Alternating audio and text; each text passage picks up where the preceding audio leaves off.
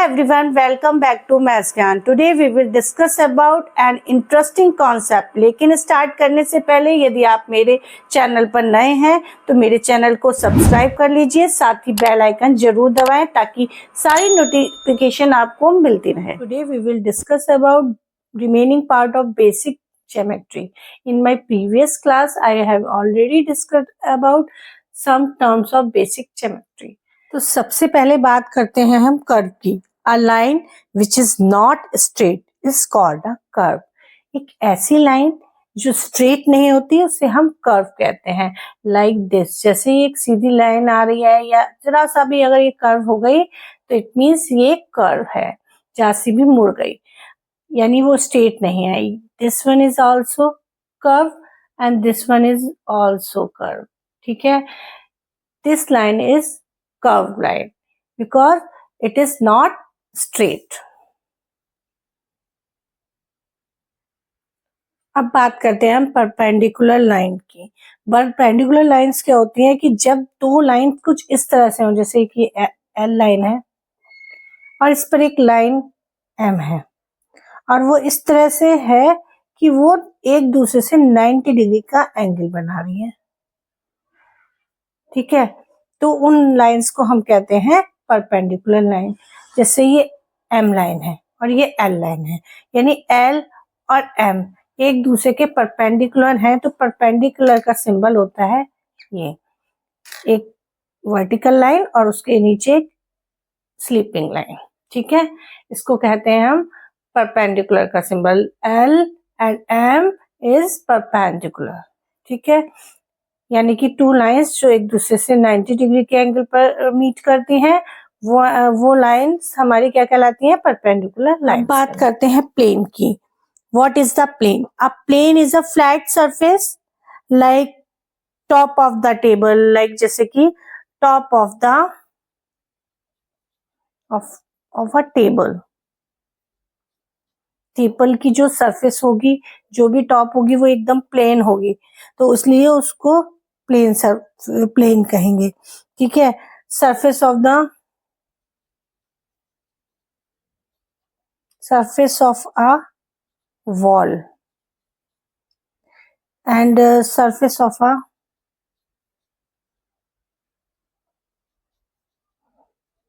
Sheet of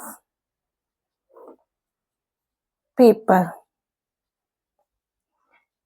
की sheet है. ठीक है, पेपर है तो उसकी जो सरफेस होगी वो भी एक प्लेन होगी, कहलाएगी. वॉल है, वॉल की सरफेस को भी हम प्लेन कह सकते हैं. बट लाइक जैसे एक बॉटल है, सपोज ये मेरे पास फेविकॉल की एक बॉटल है, इसकी जो ये सरफेस है जिसे हम टच कर पा रहे हैं वो क्या है? एक सरफेस है. तो ये जो सरफेस है ये फ्लैट सरफेस नहीं है, ये प्लेन नहीं है. ठीक है, इसलिए इसको प्लेन नहीं कहेंगे क्योंकि ये कर्व सरफेस है. जो कर्व सरफेस होगी उसे हम प्लेन नहीं कहेंगे. जो बिल्कुल एकदम फ्लैट सरफेस होगा उसको ही हम प्लेन कहते हैं. Is it clear? अब बात करते हैं हम close figure. What is the close figure? A figure that begins and the ends at the same point is called close figure. Like जैसे कोई भी, जैसे हम यहाँ से स्टार्ट करेंगे और यहाँ से स्टार्ट करके अगर हम जहां से हमने स्टार्ट करा है, यानी begin point and ends point अगर सेम होता है, जहां से हम स्टार्ट कर रहे हैं वहां पर ये हमारी एंडिंग हो रही है, तो that figure is called close figure. ऐसी फिगर को हम क्लोज फिगर कहते हैं. जैसे चाहे वो किसी भी रेगुलर हो इर्रेगुलर हो.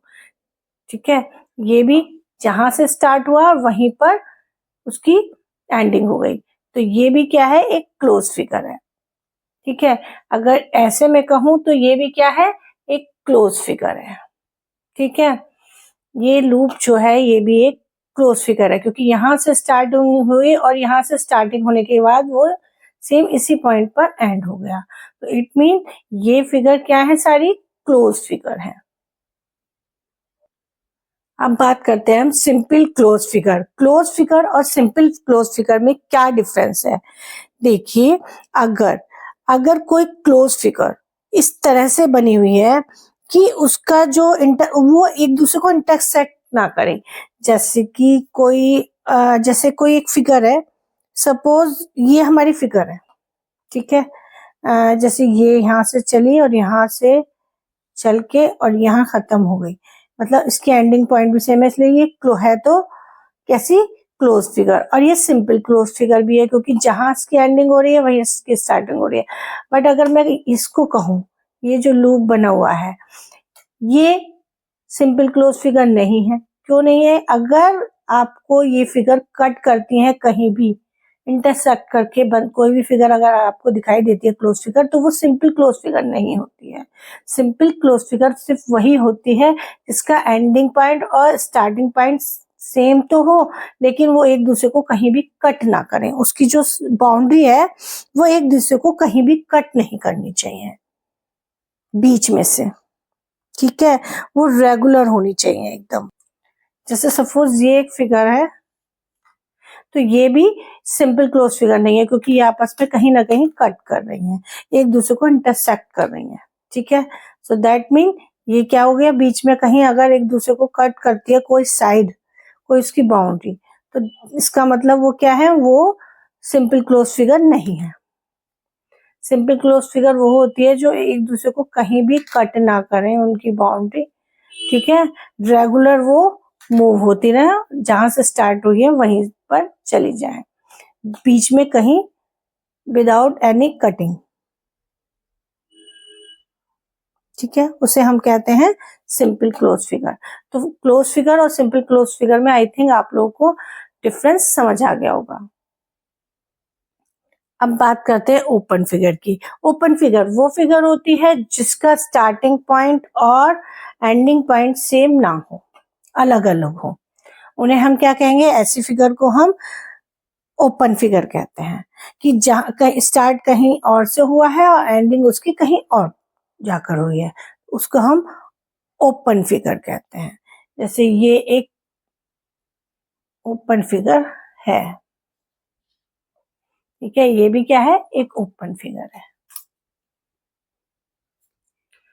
Now we will discussion about interior and exterior of a closed figure. अब हम डिस्कस करते हैं कि क्लोज फिगर का इंटीरियर पार्ट क्या होता है और एक्सटीरियर पार्ट क्या होता है। किसी भी क्लोज फिगर के जो अंदर का हिस्सा होता है, अंदर का सरफेस होता है, उसे हम कहते हैं इंटीरियर पार्ट, ठीक है। और जो बाहर का पार्ट होता है उसे कहते हैं एक्सटीरियर पार्ट।